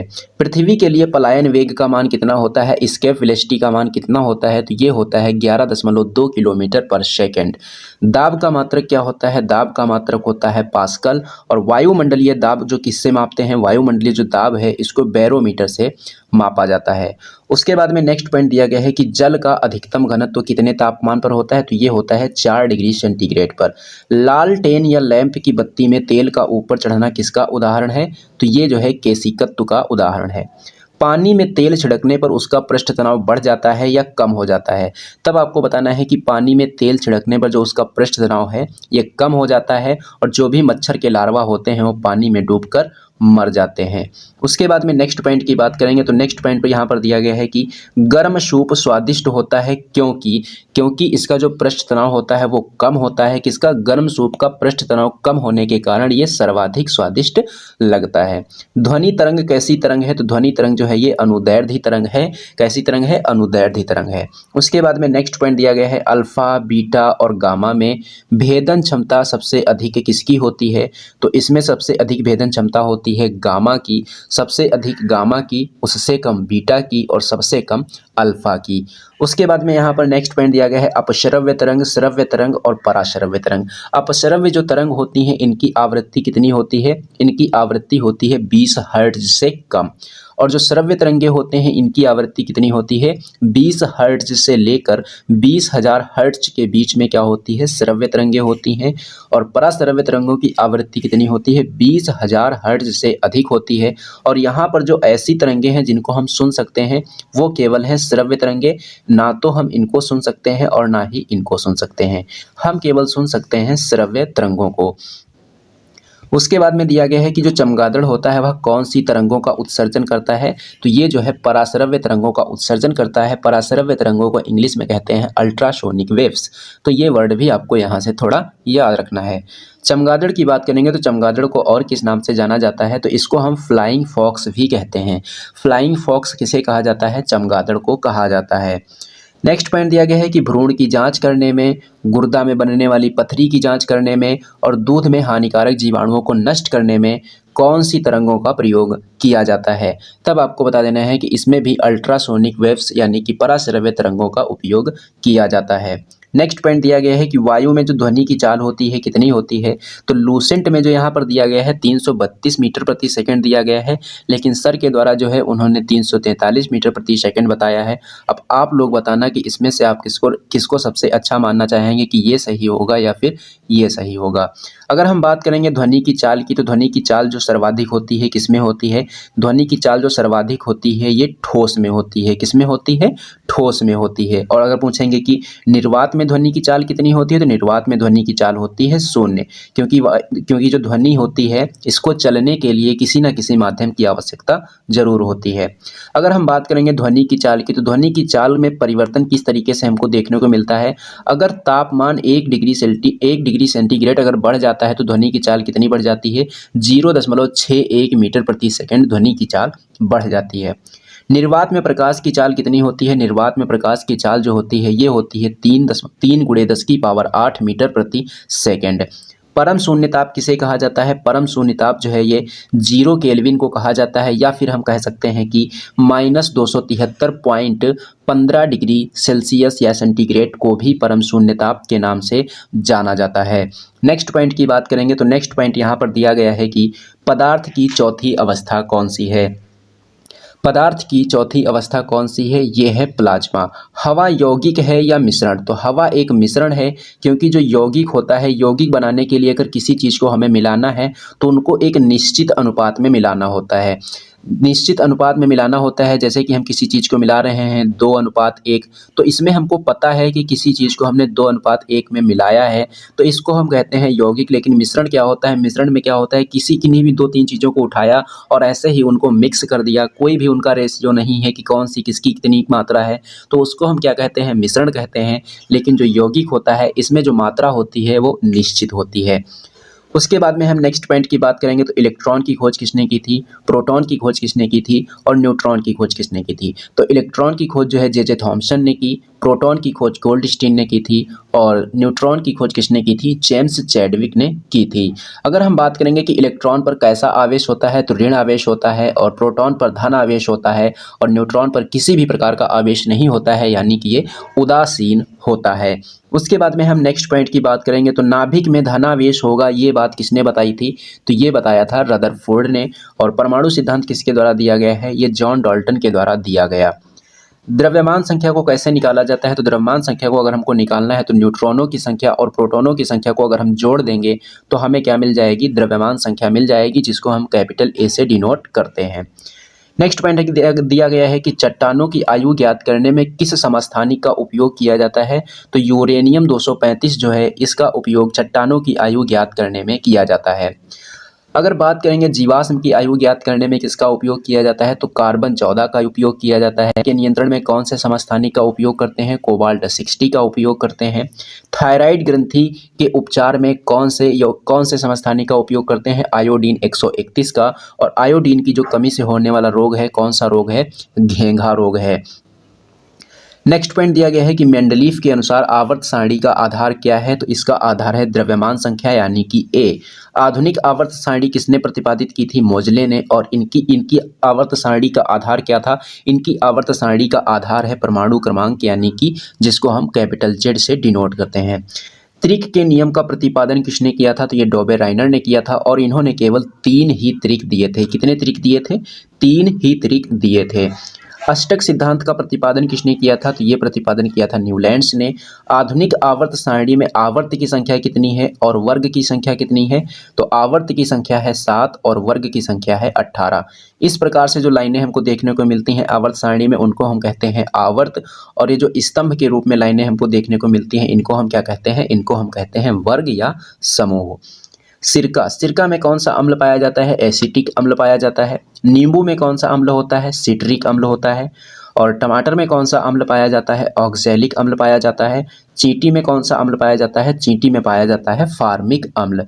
उसके बाद में नेक्स्ट पॉइंट की बात करेंगे तो अमाशय में कौन सा अम्ल पाया जाता है, अमाशय में जो है ये हाइड्रोक्लोरिक अम्ल पाया जाता है। एक्वारेजिया को अम्ल राज भी कहते हैं और ये जो है कौन कौन से अम्ल का मिश्रण होता है, तब आपको बताना है कि हाइड्रोक्लोरिक अम्ल और नाइट्रिक अम्ल का मिश्रण क्या होता है, एक्वारेजिया होता है। और इनका एक अनुपात भी होता है, अनुपात इनका कितना होता है, 3:1।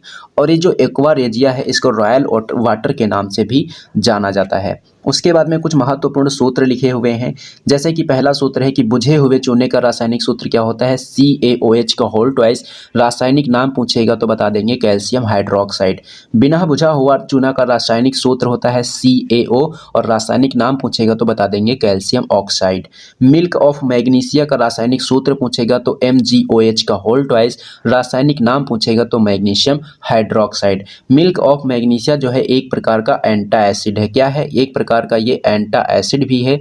ये भी थोड़ा सा यहाँ से आप लोगों को याद रख लेना है। उसके बाद में हम बात करेंगे नेक्स्ट पॉइंट की, तो नेक्स्ट पॉइंट यहाँ पर दिया गया है कि खाने का जो सोडा होता है इसका रासायनिक सूत्र क्या होता है, तो ये होता है NaHCO3 और रासायनिक नाम पूछेगा तो सोडियम बाइकार्बोनेट।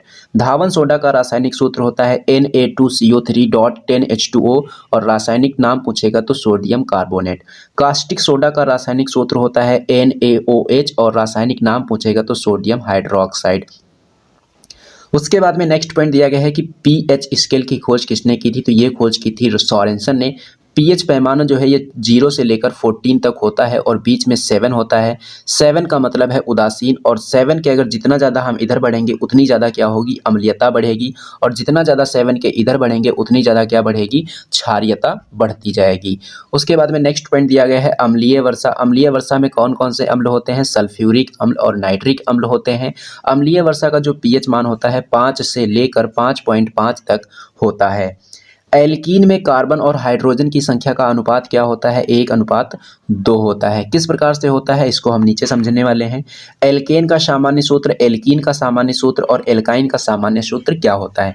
एल्केन का सामान्य सूत्र होता है CnH2n+2। अगर इसमें हम ये 2 कम कर देंगे तो ये बचेगा CnH2n, तब हो जाएगा एल्कीन का सूत्र। और इसमें भी अगर हम 2 कम कर देंगे तो ये हो जाएगा एल्काइन का सूत्र यानी कि CnH2n-2।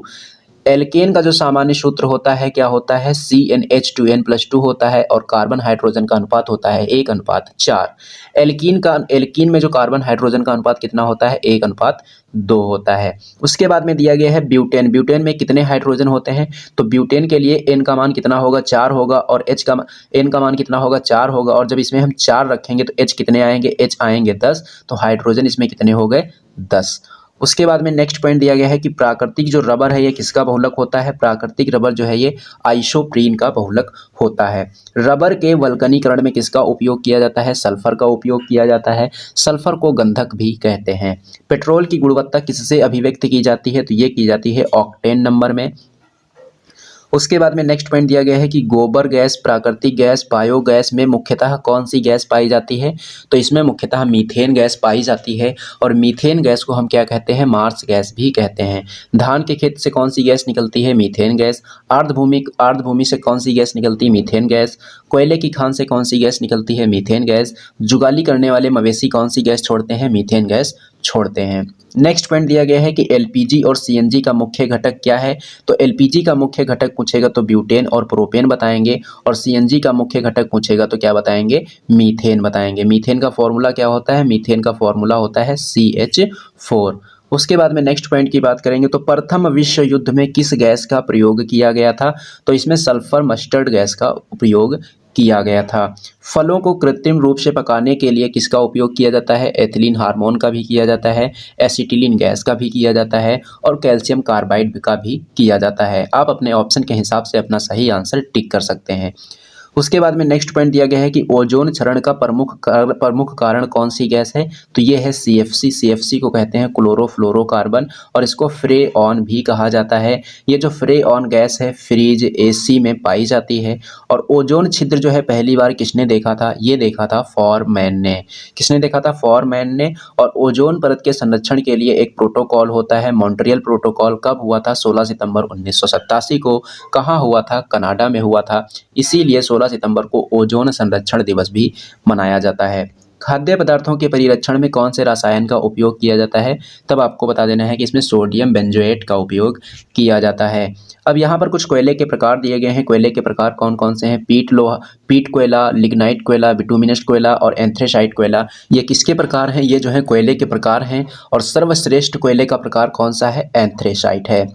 उसके बाद में दिया गया है प्रोड्यूसर गैस और जल गैस का सूत्र क्या है। तो CO+N2 प्रोड्यूसर गैस होती है, जल गैस होती है CO+H2। सबसे हल्की धातु कौन सी है, लिथियम है। सबसे भारी धातु कौन सी है, ऑस्मियम है। उसके बाद में हम बात करेंगे नेक्स्ट पॉइंट की। तो कुछ धातु दिए गए हैं और उनके अयस्क। एल्यूमिनियम का अयस्क क्या है, बॉक्साइट। जिंक का अयस्क क्या है, कैलेमाइन। लोहा का अयस्क है मैग्नेटाइट और हेमेटाइट। कॉपर का अयस्क है कॉपर पायराइट। लेड का अयस्क है गैलेना। और यूरेनियम का अयस्क क्या है, पिचब्लेंड। तो ये सभी अयस्क के नाम आपको यहाँ से याद रखने हैं। उसके बाद में दिया गया है कि जिप्सम में जल के कितने अणु निकालने पर प्लास्टर ऑफ पेरिस प्राप्त होता है। तो 3/2 अणु अगर हम निकाल देंगे जल के तो हमें क्या प्राप्त होगा, जिप्सम से प्लास्टर ऑफ पेरिस प्राप्त हो जाएगा। जिप्सम का सूत्र क्या होता है, CaSO4.2H2O होता है। और POP यानी कि प्लास्टर ऑफ पेरिस का सूत्र क्या होता है, CaSO4.12H2O इसका सूत्र होता है। उत्कृष्ट धातुएं कौन कौन सी होती हैं, सोना और प्लेटिनम, यानी कि इनका संक्षारण नहीं होता है। जिन धातुओं का संक्षारण नहीं होता है उनको हम कहते हैं उत्कृष्ट धातुएं। उसके बाद में दिया गया है कि हीटर की जो कुंडली होती है वह कौन से तार से बनाई जाती है। तो ये नाइक्रोम तार की बनी हुई होती है। फ्यूज तार किससे बना होता है, सीसा और टिन से मिलकर बना होता है। उसके बाद में दिया गया है कि कृत्रिम वर्षा में किसका यूज किया जाता है। तो सिल्वर आयोडाइड का यूज किया जाता है। चुनाव में जो अंगुली पर स्याही लगाई जाती है वह स्याही किसकी होती है, सिल्वर नाइट्रेट की होती है। श्वेत फोटोग्राफी में किसका उपयोग किया जाता है, श्वेत फोटोग्राफी में सिल्वर ब्रोमाइड का यूज किया जाता है। क्विक सिल्वर किसे कहते हैं, क्विक सिल्वर पारा यानी कि Hg को कहा जाता है। और सफ़ेद सोना किसे कहते हैं, सफ़ेद सोना कहते हैं प्लेटिनम को। उसके बाद में नेक्स्ट पॉइंट यहाँ पर दिया गया है कि नीला थोथा को तूतिया भी कहते हैं। और इसका रासायनिक सूत्र क्या होता है, कॉपर सल्फेट यानी कि CuSO4। चूहा मारने की दवा कौन सी होती है, जिंक फॉस्फाइड। मोनोजाइट मिट्टी में कौन सी धातु पाई जाती है, थोरियम पाई जाती है। और मोनोजाइट मिट्टी कहाँ पाई जाती है, यह केरल में पाई जाती है। उसके बाद में नेक्स्ट पॉइंट है कि भारी जल का रासायनिक सूत्र क्या होता है, D2O होता है। शुष्क बर्फ का रासायनिक सूत्र क्या होता है, ठोस कार्बन डाइऑक्साइड। ब्लीचिंग पाउडर का सूत्र होता है CaOCl2, इसको कैल्शियम हाइपोक्लोराइड कहते हैं। लाल दवा का सूत्र क्या होता है, KMnO4 होता है, इसको पोटेशियम परमैंगनेट भी कहते हैं। उसके बाद में दिया गया है कि जर्मन सिल्वर जो है यह एक मिश्र धातु है, किससे किसके मिलकर बनी होती है, कॉपर, जिंक और निकेल से मिलकर बनी होती है। यहाँ से एक प्रश्न पूछा जाता है कि जर्मन सिल्वर में कौन सी धातु नहीं पाई जाती है। तो जर्मन सिल्वर में क्या नहीं पाया जाता है, तो इसमें सिल्वर नहीं पाई जाती है। आप नाम में चाहे तो सिल्वर देख रहे होंगे लेकिन इसमें सिल्वर पाई नहीं जाती है। उसके बाद में दिया गया है कि उड़ते हुए विमान की ऊंचाई किससे मापते हैं, अल्टीमीटर से। हवा की गति को किससे मापते हैं, एनीमोमीटर से मापते हैं। समुद्र की गहराई को किससे मापा जाता है, तो इसको मापा जाता है फेदोमीटर से। आर्द्रता को किससे मापते हैं, हाइग्रोमीटर से मापते हैं। दूर स्थित वस्तुओं का ताप किससे मापते हैं, पायरोमीटर से। द्रवों की श्यानता किससे मापते हैं, विस्कोमीटर से मापते हैं। उसके बाद में नेक्स्ट पॉइंट दिया गया है कि रेडियो सक्रियता की खोज किसने की थी? हेनरी बेकुलर ने की थी। रेडियम की खोज किसने की थी? मैडम क्यूरी ने की थी। सापेक्षता का सिद्धांत किसने दिया था? आइंस्टीन ने दिया था। विद्युत चुंबकीय प्रेरण सिद्धांत किसने दिया था? ये फैराडे ने दिया था। एक्स किरणों की खोज किसने की थी? एक्स किरणों की खोज विलियम रॉयटसन ने की थी। नाभिकीय रिएक्टर की खोज किसने की थी? नाभिकीय रिएक्टर की खोज एनरिको फर्मी ने की थी।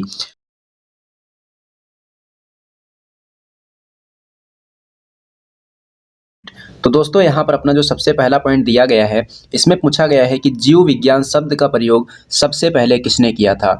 जीव विज्ञान शब्द का प्रयोग सबसे पहले किसने किया था? तो आपको यहाँ पर दो नाम याद रखने हैं, लैमार्क और ट्रेविरेनस। लैमार्क और ट्रेविरेनस या ट्रेविनास जो है, इन दोनों वैज्ञानिकों के द्वारा जीव विज्ञान शब्द का प्रयोग सर्वप्रथम किया गया था। उसके बाद में दूसरा प्रश्न है कि आधुनिक वर्गीकरण का पिता किसे कहा जाता है? आधुनिक वर्गीकरण का जो पिता है किसे कहते हैं? कैरोलस लीनियस को कहते हैं। किसे कहते हैं? कैरोलस लीनियस को। उसके बाद में दिया गया है नेक्स्ट पॉइंट, और नेक्स्ट पॉइंट में यहाँ पर दिया गया है कि जो जीवों से संबंधित पंच जगत वर्गीकरण है, ये किसने दिया था? जीवों से संबंधित पंच जगत वर्गीकरण किसके द्वारा दिया गया था? तो ये दिया गया था आर.एच. विटेकर के द्वारा। और आर.एच. विटेकर के द्वारा ये जो पंच जगत वर्गीकरण दिए गए थे, ये पंच जगत वर्गीकरण कौन कौन से नाम हैं इनके? तो मोनेरा, प्रोटिस्टा, कवक, पादप और जंतु, ये 5 जगत में जीवों को विभाजित किया गया था। उसके बाद में नेक्स्ट पॉइंट है कि मधुमक्खी का जो पालन होता है, इसको किस नाम से जाना जाता है? तो इसको हम लोग कहते हैं एपीकल्चर। क्या कहते हैं? एपीकल्चर के नाम से जाना जाता है। रेशम के कीट का जो पालन होता है, इसको किस नाम से जानते हैं? इसको हम लोग जानते हैं सेरीकल्चर के नाम से। कवकों का अध्ययन क्या कहलाता है? कवकों का जो अध्ययन है, ये माइकोलॉजी कहलाता है। और शैवालों का अध्ययन क्या कहलाता है? शैवालों का अध्ययन कहलाता है फाइकोलॉजी। हल्का सा डिफरेंस है यहाँ पर आपको, कवकों का अध्ययन माइकोलॉजी और शैवालों का अध्ययन फाइकोलॉजी। उसके बाद में नेक्स्ट पॉइंट है कि पक्षियों का अध्ययन क्या कहलाता है? पक्षियों का अध्ययन कहलाता है ऑर्निथोलॉजी। और कीटों का अध्ययन क्या कहलाता है? कीटों का अध्ययन कहलाता है एंटोमोलॉजी। नेक्स्ट पॉइंट है कि जो कवकों की कोशिका भित्ति होती है, किसकी बनी होती है? जो कवक होते हैं, इनकी जो कोशिका भित्ति होती है, इसका निर्माण किससे होता है? काइटिन से होता है। पौधों में जो कोशिका भित्ति पाई जाती है, उसका निर्माण किससे होता है? उसका निर्माण होता है सेलुलोज से। आपको यहाँ पर कोशिका भित्ति से एक पॉइंट आपको और याद रखना है कि जो कोशिका भित्ति है, यह केवल और केवल किन में पाई जाती है? केवल और केवल पादपों में पाई जाती है। जंतु की कोशिका में यह कोशिका भित्ति नहीं पाई जाती है।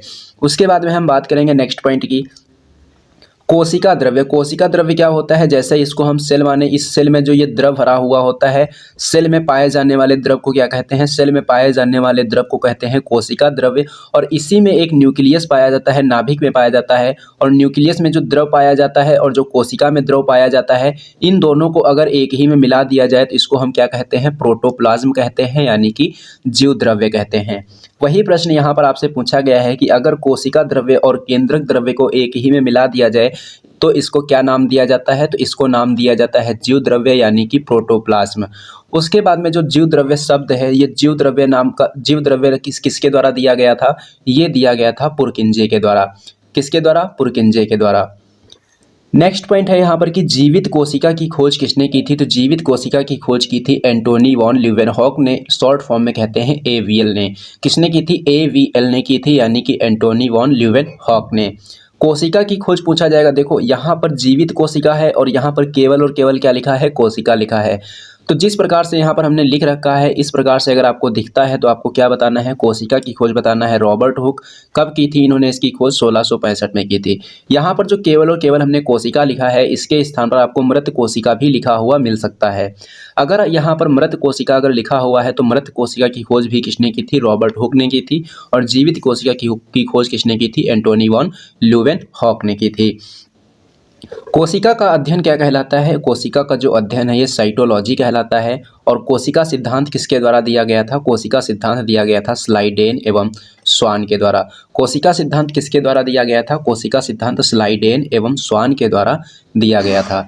उसके बाद में जो नेक्स्ट पॉइंट है यहाँ पर, सबसे छोटी कोशिका कौन सी कोशिका होती है, तो ये होती है माइकोप्लाज्मा जीवाणु की। माइकोप्लाज्मा जो जीवाणु होता है इसकी जो कोशिका होती है वह सबसे छोटी कोशिका होती है। और पूछा जाए सबसे बड़ी कोशिका किसकी होती है, तो सबसे बड़ी कोशिका होती है शुतुरमुर्ग के अंडे की। किसकी कोशिका, शुतुरमुर्ग के अंडे की कोशिका। अगर पूछा जाए कि सबसे लंबी कोशिका किसकी होती है, तो सबसे लंबी जो कोशिका होती है यह न्यूरॉन की कोशिका है, तंत्री कोशिका है।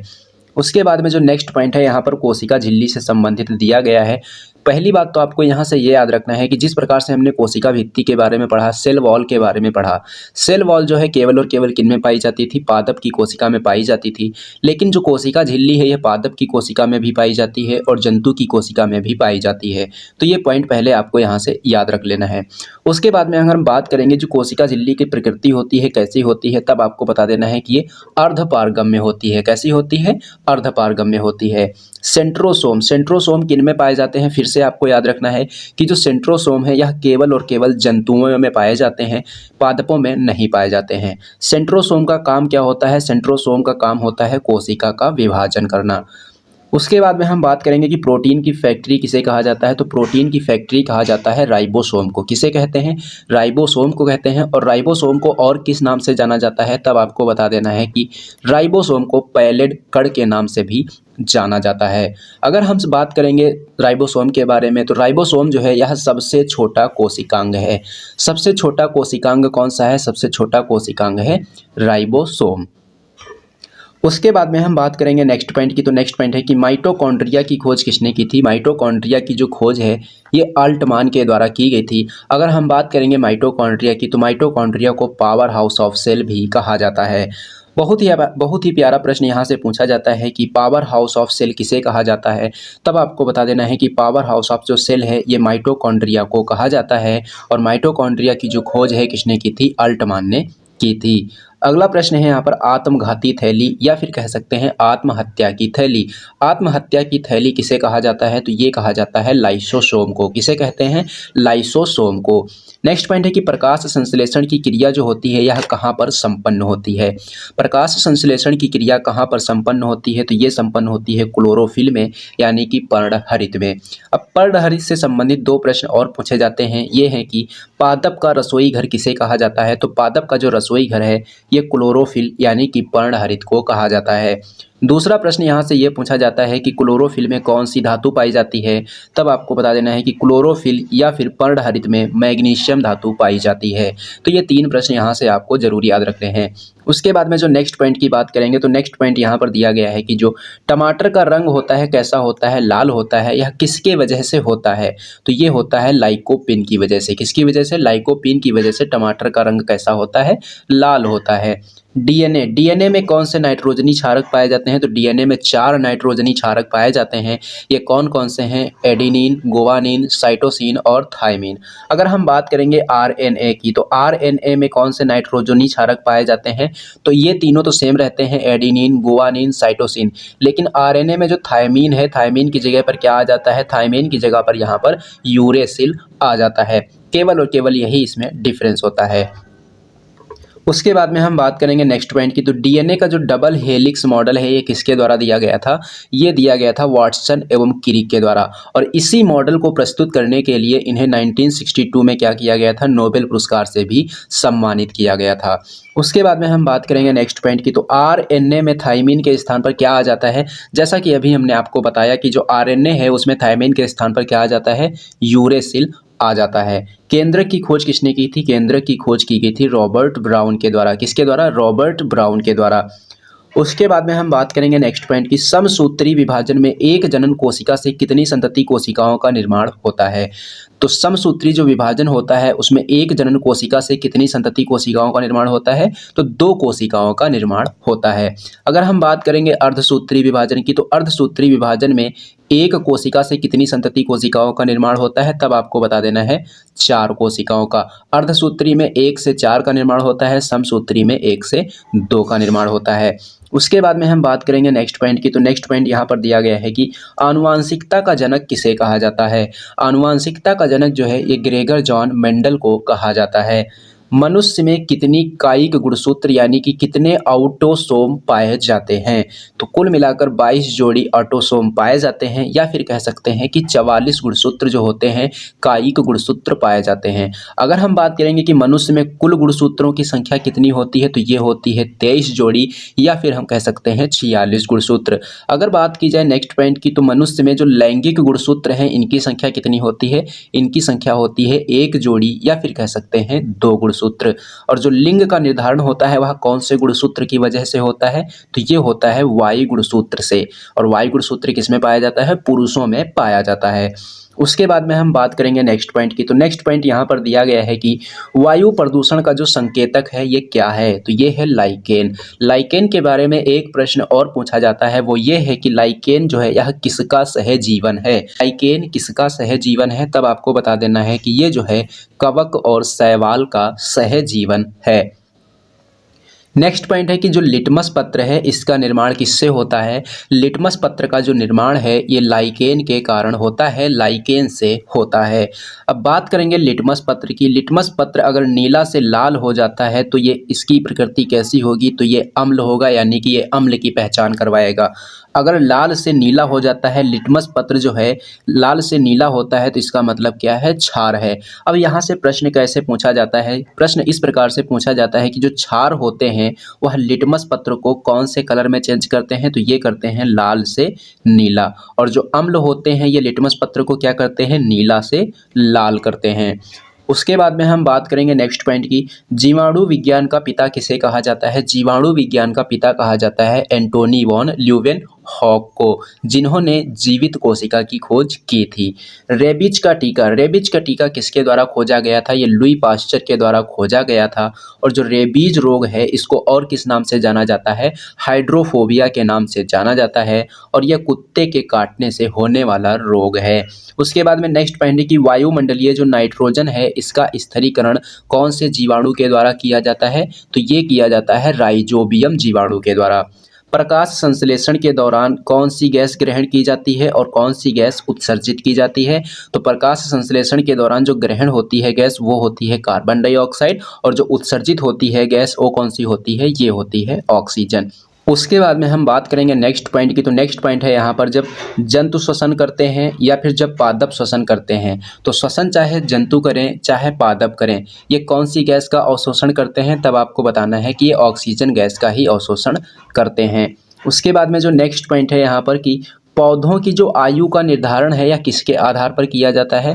तो ये वलय के आधार पर पौधों की आयु का निर्धारण किया जाता है। और जो पौधों की आयु का निर्धारण करने का जो अध्ययन है ये क्या कहलाता है? डेंड्रोक्रोनोलॉजी कहलाता है। क्या कहलाता है? डेंड्रोक्रोनोलॉजी। पौधों में जो जल का परिवहन होता है कौन से ऊतक के द्वारा होता है? तो ये होता है जाइलम ऊतक के द्वारा।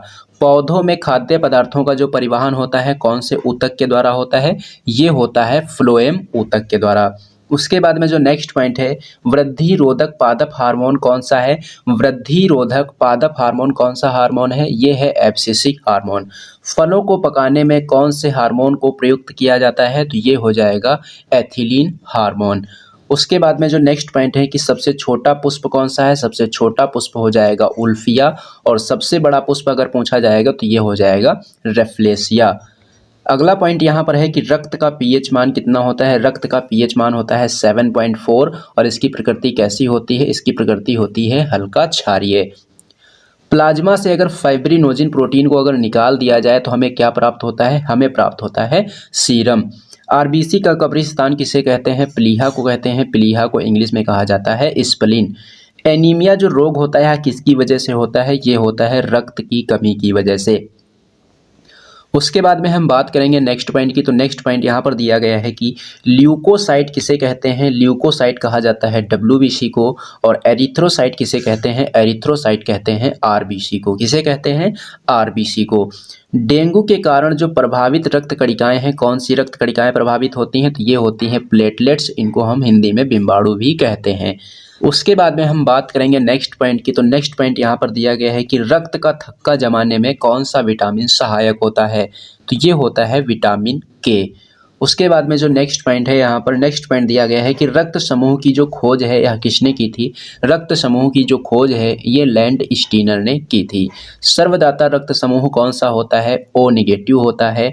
और सर्वग्राही रक्त समूह कौन सा होता है, ए बी पॉजिटिव होता है। नेक्स्ट पॉइंट दिया गया है कि आर एच फैक्टर की खोज किसने की थी। आर एच फैक्टर की खोज जो है लैंड स्टीनर एवं वीनर ने की थी। पेट में कौन सा अम्ल पाया जाता है, तो पेट में जो अम्ल पाया जाता है ये है HCl यानी कि हाइड्रोक्लोरिक अम्ल। लाइपेज एंजाइम जो होता है इसका क्या कार्य होता है, इसका कार्य होता है वसा या फिर लिपिड का पाचन करना। मानव शरीर का सबसे कठोर भाग कौन सा है, ये है इनेमल और ये दांतों के ऊपरी हिस्से पर पाया जाता है।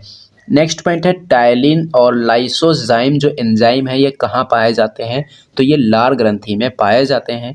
टायलिन का काम होता है कार्बोहाइड्रेट का पाचन करना और लाइसोजाइम का काम होता है जीवाणुओं का भक्षण करना। नेक्स्ट पॉइंट है कि मानव शरीर में सबसे बड़ी ग्रंथि कौन सी है, तो मानव शरीर में सबसे बड़ी ग्रंथि लीवर है।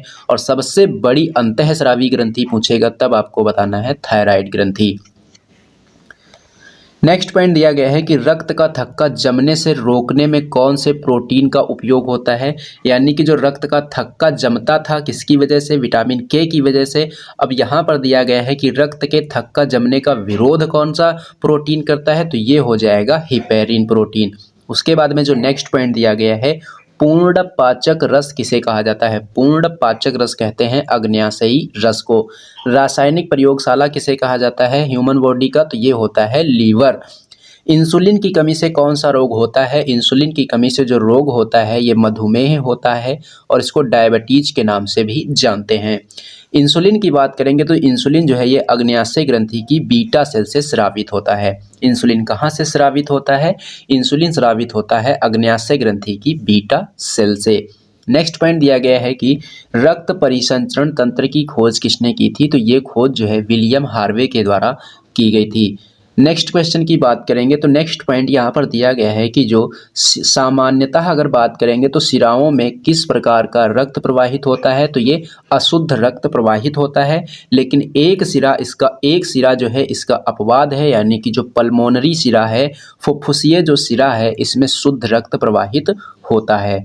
अगर हम बात करेंगे धमनियों की तो वैसे बात करेंगे तो धमनियों में सामान्यतः कैसा रक्त प्रवाहित होता है, शुद्ध रक्त प्रवाहित होता है। लेकिन एक इसका अपवाद है, पल्मोनरी धमनी यानी कि फुफ्फुसीय धमनी। जो फुफ्फुसीय धमनी होती है इसमें कैसा रक्त प्रवाहित होता है, अशुद्ध रक्त प्रवाहित होता है। नेक्स्ट पॉइंट यहाँ पर दिया गया है कि एक धड़कन में लगभग कितना रक्त हृदय के द्वारा पंप होता है। तो एक धड़कन में लगभग कितना रक्त हृदय के द्वारा पंप होता है, तो ये होता है 70 ml के बराबर लगभग में।